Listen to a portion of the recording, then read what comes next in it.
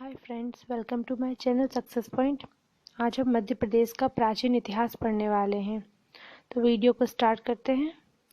मध्य प्रदेश का प्राचीन इतिहास से पहले हमें ये पता होना चाहिए कि सबसे पहले जो खोजकर्ता थे वो कौन थे, जिन्होंने ये सब चीज़ों की शुरुआत करी। तो भारतीय पुरातत्व का जनक बोला जाता है अलेक्जेंडर कलिंगम को। अलेक्जेंडर कलिंगम ने ही प्रागैतिहासिक काल की खोज की थी, इसलिए इन्हें भारतीय प्रागैतिहासिक काल का जनक भी कहते हैं। पूरे भारतीय उपमहाद्वीप में प्राचीन इतिहास में आदि मानव या उनके जीवाश्म होने के कोई साक्ष्य नहीं मिले हैं। सन 1842 में कर्नाटक के रायचूर जिले में लिंगसुगुर स्थान पर डॉक्टर प्राइम रोज ने प्रागैतिहासिक काल के औजारों की सर्वप्रथम खोज की। मध्य प्रदेश का प्राचीन इतिहास जो है वो 3 भागों में है। प्रागैतिहासिक काल, जिसको पाषाण काल भी बोलते हैं, फिर होता है आधे ऐतिहासिक काल, फिर होता है ऐतिहासिक काल, जिसको लोह काल भी बोलते हैं। सबसे पहले प्रागैतिहासिक काल था। इसकी जो टाइम पीरियड है वो है मानव उत्पत्ति से 3000 ईसा पूर्व। मानव द्वारा इसमें घटनाओं का कोई लिखित वर्णन नहीं है। फिर है आधे ऐतिहासिक काल, ये है 3000 ईस्वी से पूर्व से 600 ईस्वी पूर्व। इसमें लिपि तो थी लेकिन आज तक पढ़ी नहीं जा सकी। फिर आया ऐतिहासिक काल, इसमें लिपि थी और उसको पढ़ा भी गया, इसीलिए इसी को इतिहास कहते हैं। प्रागैतिहासिक काल 3 भागों में बटा है: पुरापाषाण काल, मध्य पाषाण काल और नवपाषाण काल। पुरापाषाण काल जो है हम उसके बारे में पढ़ेंगे। पुरापाषाण काल, रॉबर्ट ब्रूसफुट पहले व्यक्ति थे जिन्होंने 1863 ईस्वी में भारत में तमिलनाडु के पल्लावरम नामक स्थान पर पुरापाषाण कालीन औजारों की खोज की। मध्य प्रदेश में नर्मदा घाटी, चंबल घाटी, बेतवा घाटी, सोनार घाटी, धोगरा, हैरात, नरसिंहगढ़ एवं मर्यादा, सोन घाटी, भीमबेटका की गुफा ये सब पाई गई थी। भी उसमें गुफा में पुरानी चीजें पाई गई थीं। Doctor H D. Sankalia, Supekar, R V. Joshi एवं बी. लाल जैसे पुरातत्वविदों ने नर्मदा घाटी का सर्वेक्षण किया। पुरापाषाण काल की कुल्हाड़ियां नर्मदा घाटी के उत्तर में देवरी सागर जो है वहां मिली। सुखचाई नाला, बुरधाना केट घाटी, बरसुख, संग्रामपुर के पठार एवं दमोह से प्राप्त हुई हैं। जो इनकी कुल्हाड़ियाँ थी उस समय पुरापाषाण काल की, ये हमें कहाँ कहाँ मिली? नर्मदा घाटी के देवरी सागर में, सुखचाई नाला बुरधाना में, बरसुख संग्रामपुर के पठार में और दमोह में। होशंगाबाद और नरसिंहपुर के मध्य नर्मदा घाटी जीवाश्म प्राप्ति के कारण प्रसिद्ध है। थियोबैंड ने सबसे पहले 1860 में होशंगाबाद और नरसिंहपुर शहरों के बीच नर्मदा घाटी का सर्वेक्षण किया था। नरसिंहपुर, देवकछार, बरमान घाट, ऊपरी नर्मदा के अमरकंटक से हरदा के मध्य एवं जबलपुर भेड़ाघाट से स्तनधारी पशुओं के जीवाश्म प्राप्त हुए। 1828 में एशिया में पहली बार डायनासोर के जीवाश्म कहाँ मिले थे? जबलपुर में। नर्मदा घाटी क्षेत्रों से डायनासोर की अस्थियां और अंडों के जीवाश्म मिले हैं। अंग्रेजों ने 19वीं सदी में इन्हें टेम्स नदी के तट पर बने म्यूजियम में संग्रहित किया था। धार जिले में 8000 करोड़ साल पुराने शाकाहारी डायनासोर सारोपाड के पैरों की फीमर हड्डी के जीवाश्म भी मिले हैं। ये कब मिले हैं? सन 2010 में। प्रदेश में नर्मदा घाटी अनूपपुर से शुरू होती है। घाटी में बसे नगर कौन कौन से हैं? जबलपुर, हांडिया, डिंडोरी, मंडला, धार, मनावर, जीराबाद, नरसिंहपुर, देवकछार, गाडरवाड़ा, सीहोर और होशंगाबाद के इलाकों में डायनासोर और पेड़ों के जीवाश्म बड़ी संख्या में पाए जाते हैं। हथनौरा से मानव खोपड़ी के साक्ष्य मिले हैं। हथनौरा नर्मदा घाटी के अंतर्गत आता है। अब हथनौरा के बारे में कुछ खास बातें जान लेते हैं। भारत में सर्वप्रथम 1982 में भोपाल के निकट नर्मदा घाटी के किनारे बसे हथनौरा गांव से आदि मानव की उत्पत्ति की जानकारी मिली। हथनौरा गांव से खोपड़ी के भाग, कंकाल वगैरह मिले थे, जिसका आकलन ESR पद्धति, जिसको बोलते हैं इलेक्ट्रॉन स्पिन रेजोनेंस डेटिंग पद्धति से किया था, जिससे ये पता चला कि ये 3.5 लाख साल पुराना है। डॉक्टर अरुण सोनकिया मानव जीवाश्म खोजने वाले भूवैज्ञानिक थे। हथनौरा से हाथी का सबसे पुराना जीवाश्म प्राप्त हुआ। महादेव पिपरिया जो कि नरसिंहपुर में है, इसमें सुपेकर को 860 साल पुराने औजार प्राप्त हुए। नर्मदा के स्तरीय साक्ष्यों के लिए महेश्वर, आदमगढ़, महादेव पिपरिया आदि स्थान पे उत्खनन कार्य McCrown, doctor Sankalia, A.P. Khatri, R.V. Joshi, Subbarao आदि के नेतृत्व में हुए।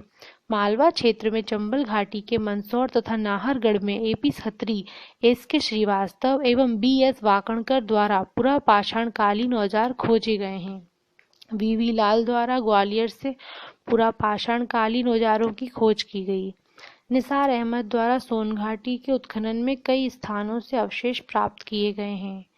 G.R. शर्मा ने सतना व रीवा में खोज की। नरसिंहपुर से आद्य सोहन किस्म के गंडासे और खंडक उपकरण तथा चौतरा किस्म के हस्तकुठार और विदारणियां आदि प्राप्त हुए हैं। भीमबाटिका एवं रीवा से छुरी व छैनी मिली है। भीमबाटिका की गुफाओं में निवास स्थलों की एक श्रेणी प्राप्त हुई है। यहीं से एस्चुलिन उपकरण की प्राप्ति से बड़ी आबादी होने का संकेत मिला है, जो कि बिदारणियों के निर्माण में अत्यंत ही कुशल थे। ये हथियार विशेष तरह के पत्थरों से बनाए गए थे, ऐसा पत्थर जो टूटे नहीं और नुकीला भी हो। वैज्ञानिकों ने इस तकनीक को एस्चुलिन नाम दिया। ये हमने पढ़ा पुरापाषाण काल। अब आगे हम देखते हैं मध्यपाषाण काल। भारत में मध्यपाषाण की खोज का श्रेय श्री S. कार्लाइल को जाता है। इन्होंने 1867 में विंध्य क्षेत्र में लघु पाषाण उपकरणों की खोज की।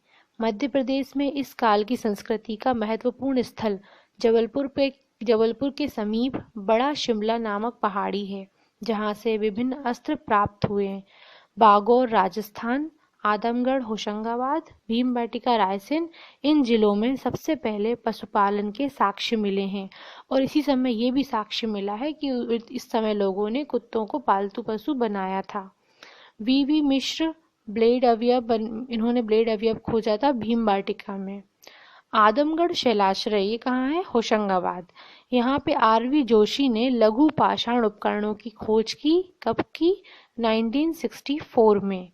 1964 में आदमगढ़ शैलाश्रय होशंगाबाद में R.V. जोशी ने लघु पाषाण उपकरणों की खोज की।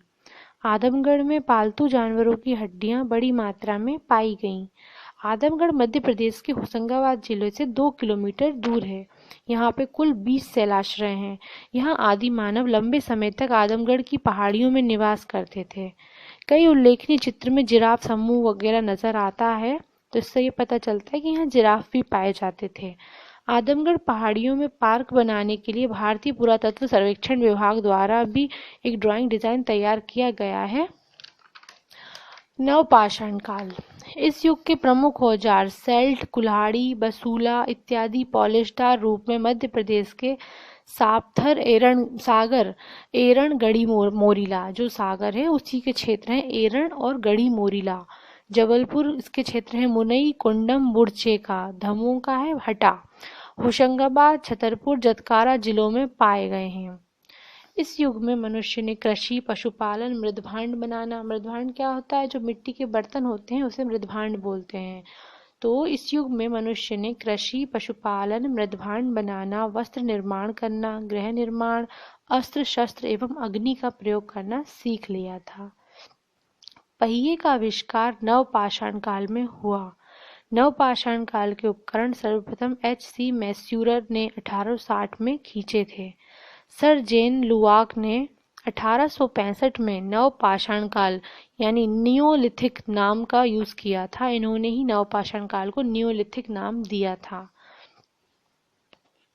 इसके बाद है आद्य ऐतिहासिक काल में हम आ जाते हैं। इसको ताम्रपाषाण काल भी बोलते हैं। ये सन 2000 ईस्वी से 500 ईसा पूर्व है। मध्य प्रदेश में हड़प्पा सभ्यता के अवशेष प्राप्त नहीं हुए। हड़प्पा सभ्यता के बाद ताम्रपाषाण युग के अवशेष मालवा क्षेत्र के नागदा, नावदाटोली, कायथा, मंदसौर, आवरा, एरण तथा बेसनगर आदि स्थानों से प्राप्त हुए।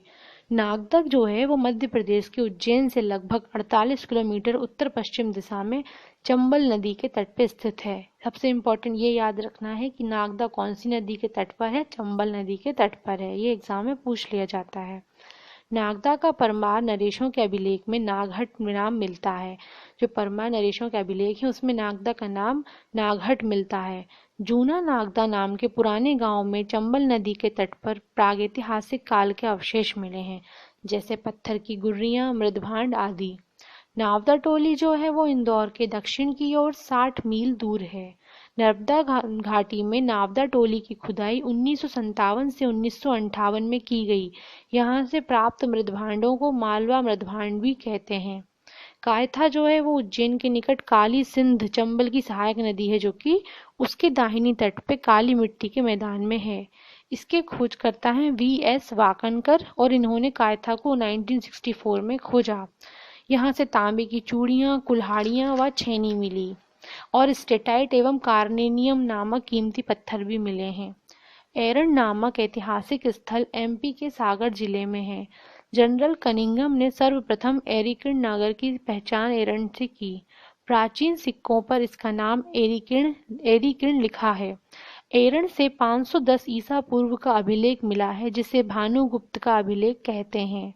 इसे सती अभिलेख भी कहते हैं। ये पहला सती अभिलेख हमें यहाँ लिखित मिला है। कहाँ? एरन में। एरन कहाँ है? सागर में। बीना और रेवता जो कि बेतवा की सहायक नदियां हैं, वहीं पर ये स्थित है कायथा। कायथा से मोटे और मजबूत मृदभांड पाए गए हैं। मध्य प्रदेश के कई भागों, खासकर नर्मदा, चंबल, बेतवा नदियों के किनारे पर ताम्र पाषाण सभ्यता का विकास हुआ। इसके बाद हम देखेंगे शैलाश्रय। शैलाश्रय को रॉक शेल्टर भी बोलते हैं। भारत में सर्वाधिक शैलाश्रय मध्य प्रदेश में पाए जाते हैं। पचमढ़ी के निकट बहुत सारी गुफाएं मिली हैं, जिनमें लगभग 40 गुफाएं विविध प्रकार के चित्रों से सुसज्जित हैं। होशंगाबाद में एक गुफा से जिराफ का चित्र मिला है, जो कि आदमगढ़ में है। पचमढ़ी के निकट 30 से 40 मील की दूरी पर तामिया, सोनभद्र, झलई इत्यादि गांवों से गुफा चित्र प्राप्त हुए। पचमढ़ी से 13 किलोमीटर दूर पनार पानी ग्राम में मामा भांजा शैलाश्रय है, जिसके अंतर्गत लगभग 29 चित्र पाए गए हैं। इसके आगे की जानकारी हम लोग अगले वीडियो में देखेंगे, क्योंकि वीडियो काफ़ी लंबा हो जाएगा, इसलिए आप मेरा अगला वीडियो